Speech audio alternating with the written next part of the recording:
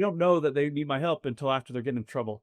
And they get, a letter saying, hey, we look at your records and we don't like them. And we want, I have one, I'll use my presentations. We want $250,000 back that we paid you over the last couple of years, and there aren't many clinics that can easily absorb $250,000 hit that they've already received and spent.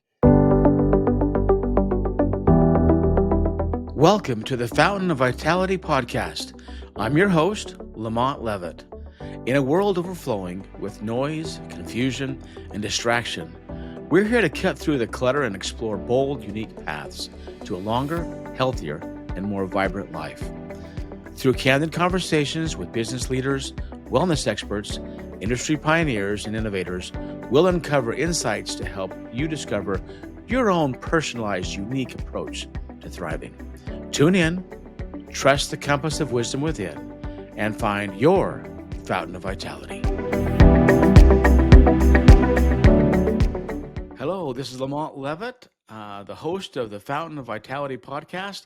And today I'm really excited to have a good friend of mine, Dr. Gwilliam. He worked with us going back over 10 years ago when we had the big ICD-10 wave training at the time in pretty much the entire chiropractic community, and was involved in educating them. And it was traveling all over the country, really, and that kind of catapulted his career into not just helping chiropractors all over the nation in a variety of different states, but also launched his career into auditing and helping doctors know how to protect themselves from audits and whatnot. So love to catch up with him and see what he's learned in his career, and maybe a few of his tidbits and tips can help us all in that coding, billing, auditing space. Dr. Gwilliam, glad to have you today. Lamont, it's fun to be here. We go way back.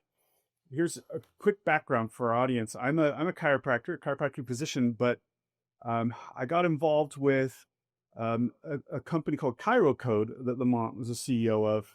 I'm going to say it's been 12 or 13 years ago now. I guess it has been that, yeah.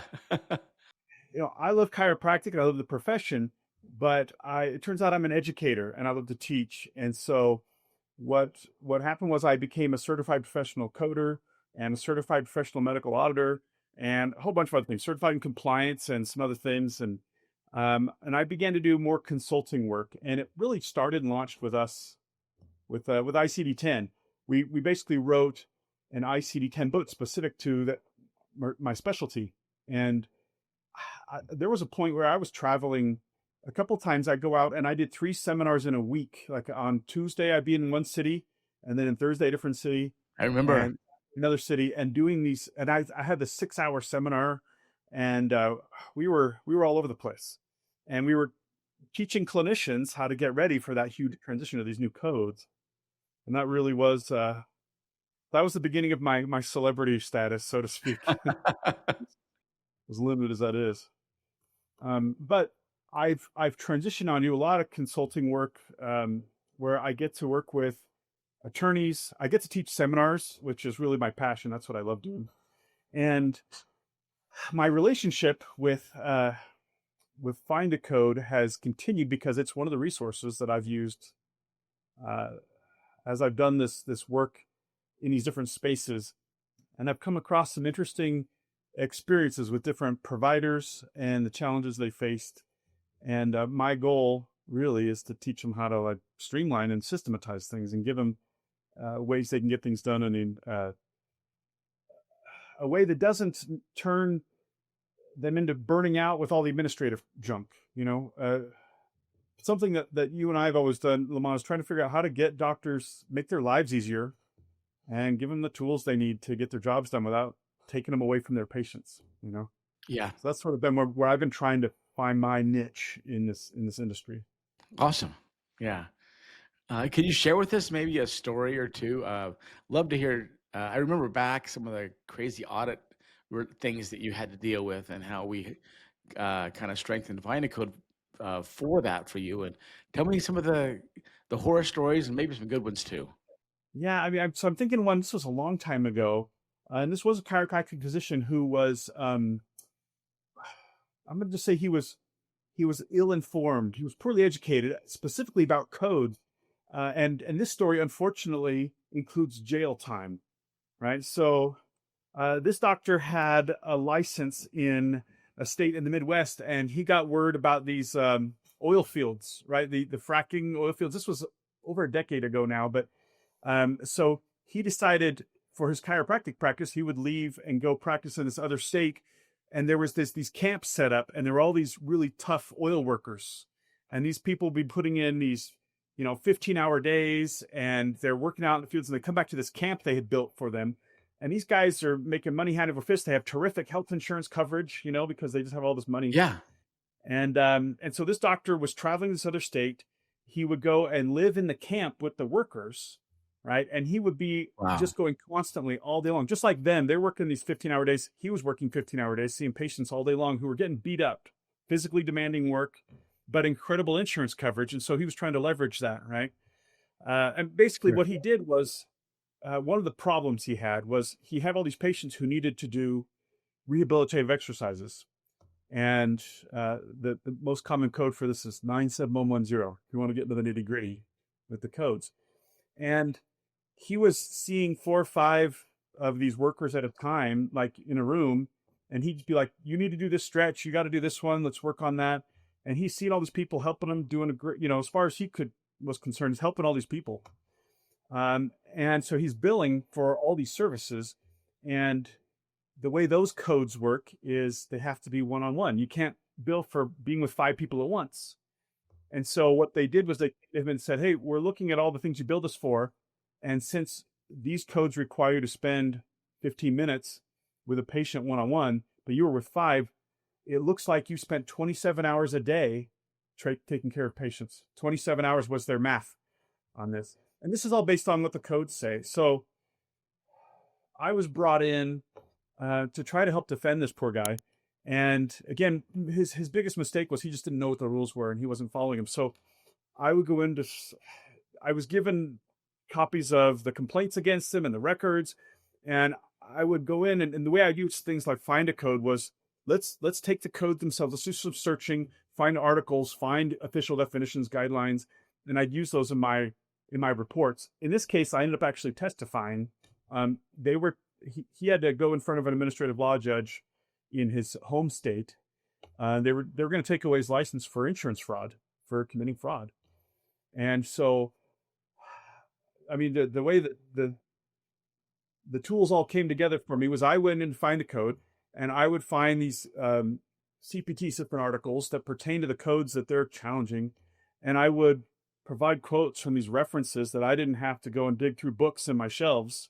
I just went in and looked it up, and I testified. This poor guy, I mean, the way the story goes, he cried in front of the judge. Before all this happened, they actually had turned him into the attorney general, and they showed up at his house and arrested him, and he spent a couple of days in jail over, fraudulent billing. And I'm going to defend him and say that really he was just, again, Ill-informed. ill-informed. Yeah. And so you need the resources to know the rules. He learned his lesson, and he paid back a bunch of money. He was able to keep his license with restrictions, partly because, we came in and said, look, we've educated him. We've taught him what he needs to know, and he'll do better in the future. Sometimes that defense doesn't work real well. But that case, if I didn't have Find a Code, it would have taken me a lot more time. It would have cost them more to pay me to sit and research it on my own. And this was back when we relied more heavily on books, and we didn't have the ability to do an easy search and find specific codes and then all the links to all the resources. He did live happily ever after. He just went through a period of time where he had to Great. pay back some money, but he did end up keeping his license after he went through a probationary period and practicing. And my role in all that was to minimize the impact, right? I mean, he still had to pay for his sins, so to speak.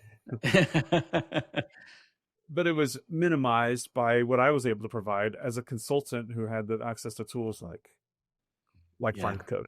Yeah, being informed is so important. I remember my dad telling me about another guy that went to prison. It was related to scope of practice, and it was state related as well, where he was in one state and doing, and I'm sure you've seen this too, where they're doing their work, they're allowing their assistants to do some of the work, but you went to another state and you weren't not Yeah. allowed to have that happen. So you have any examples around that where a guy or a chiropractor moves and isn't aware of those scope of practice changes? I'm working on another project right now. It's not really audit. It's more of an educational piece. And uh, for those who might be listening who are really into coding, um, evaluation management codes are the most common ones used for doctors' visits, and they're bundled in with other codes. And in chiropractic, that's one of the issues. So we put together this toolkit for I help run the billing service now, and we're doing it for our clients and for others to teach them how to get it done right. And so this was yesterday. I pop in to find the code. I look up the codes I'm looking at, and one of my arguments is that the relative value units for this code are bigger than they are for this code, and they're supposed to be bundled in each other. And I have this whole piece I put together where I talk about it's like if I want to sell someone two pies and each one is worth $10. I can use the data I'm getting out of Find a Code to say, you're trying to pay me $10 for two pies, and one of them is $10, the other one is 15, and you're cramming a $15 pie into the 10 and only paying me 10, and it's like a big pile of a mess of pie. And I've got this whole metaphor that I use, and so it's just that I use Find a Code. I mean, not quite daily, but on my education pieces when I'm defending chiropractors, especially when the challenge is what's the code, what are the rules, how are they applied properly, and it's just a really easy way for me to go and find those rules when I want to get in there. I really like, again, my passion is teaching, and so when I'm building a presentation, when I'm or I'm working with a specific client, it's just a great way to go find the information I need to do my job without having to keep it all in here. Yeah, that's awesome. Well, It's all there. we're all about Innova Health. We're all about codes and stuff. And one thing we've done recently is we've launched a new product called Innova Scribe, and Yeah. our goal there is to move more of that coding up to that patient encounter, and kind of cut back on some of that RCM churn in the back end. Any thoughts on the idea of that and how that might be helpful for the to save a doctor maybe an hour or two a day? I mean, definitely. So, I'm not an AI expert. I'm kind of watching it like everybody else. I'm probably average at best. And someone explained to me, it's not that AI is going to replace everyone, but it's that those who know how to use it are the ones who are still going to stay relevant. So you don't have to worry that AI is going to replace you. You just need to make sure you know how it fits in your life. And this thing you guys showed me, this InnovaScribe, is a great example of how you make sure you can leverage AI to help you do your job better. And those who don't leverage it and use cool tools like that are going to maybe be left behind. But this is something Yeah. I also do love chart review audits. I'm looking at records all the time, and a lot of systems out there point and click, paste the same phrase forward, um, and the challenge is that records are cloned, for example, or they're not accurate because they're just someone trying to click on the right stuff and get it completed or done. And you guys are showing me this Innova Scribe, and you get to dictate, but you don't have to dictate word for word. The AI will interpret it and write it out in a way that's readable and understandable. And as an auditor who reviews records frequently for in physical medicine and other specialties from time to time, I'm really interested to see what it is able to spit out and how it shows records that are actually more accurate because they're based upon the conversation Right. that was had with the patient, as opposed to after the conversation is over and the doctor sort of reinterpreting it. It's like skipping. It's taking out uh, a translation. It's removing the step where somebody has to. It happens and then you write it down. It's like it happens and it's written down at the same time. It's synchronous, and I think that's pretty cool. And I, I can see why that's the future of healthcare records. Right? I think Yeah. it's the encounter. It's not someone writing about it afterwards, so to speak. It actually is the encounter. Yeah, And I as an actually author, talked to a doctor. but Yeah, I yeah, talked to a doctor the other day, and he said the bad thing about doing charting later in the day after you don't have time to finish it up, you get it's 7 o'clock at night. You've got to spend another hour or two, and he go, okay, let's see. I was sitting on their left. That means I was looking at the right arm, or was it the left? yeah. When you've seen 10 other patients, you've got to make it right, but it's sometimes you kind of forget some of that little detail, and if you can Well, capture that at the point of encounter, it's so much better. and you talked earlier about efficiency. I worked many years ago as an associate in a clinic, And as an associate, I got all the, the work that the owner of the clinic didn't want to do, Right. and he took it on me. So it was a big, busy clinic. There's probably, I mean, for a chiropractic clinic, big is 10 employees. And 5 o'clock, we see the last patient, everybody goes home. And I was in the office until 7 a lot of nights doing charting, doing records. And the system that we used at the time was a poster on the wall with barcodes. And then I was given a barcode scanner, and each code on the poster had a phrase. So I would try to scan different phrases and build this narrative from that. And half the time the scanner didn't work, and the other half the time the phrases didn't fit together. They, like, you'd read them and go, this sounds funny. Clunky. And it's so ancient compared to the technology we have now, where the AI can sit there and listen to the conversation and figure it out and put it together in a format that makes sense. I would, back then, I would have given anything to have gone home for dinner, you know. Right. Everybody else, but I stayed till 7 scanning and then rewriting and fixing all these errors. And I mean, that is the technology. That's the contrast between where we were. I mean, that was about 15 years ago, I guess. Yeah. This with the NovaScribe and watching what that is capable of. That's pretty impressive. So great. I'd love to hear. Tell me. We'd love to, if you'd share a success story of auditing. If you can imagine one where it was they were prepared, auditor came and they were able to do well, or anything positive experience because of preparation. Let me tell you, I wish I worked with clients who were more often who were in the preventative side. They were trying to get ahead of it before they get audited, right? Right. They don't know that they need my help until after they're getting in trouble, and they get a letter saying, "Hey, we look at your records and we don't like them, and we want." I have one. I'll use my presentations. We want $250,000 back that we paid you over the last couple of years. And there aren't many clinics that can easily absorb $250,000 hit that they've already received and spent. So when I do get these clients who come and say, you know what, I want to get ahead of it, I have a system that I do where I build a report based upon preventive measures. I say, if I was going to audit you, here's what I would look for. So I've got this tool that I built. Actually, it's inside of Find a Code, where I've drawn on the most common, going back to the coding, the codes that are most commonly used by my clients, and built out the criteria. And so I'm able to, what I do is I give them a report card, and I say, hey, you give me your record. I'm applying the rules of the codes that I found from, the Find a Code tool that I built. And you get a C+, and here are the elements you're missing. And so then they are able to go back and provide the corrective actions I've given them, and come back to me later and say, okay, here's more records, review them now. And they go, hey, good job.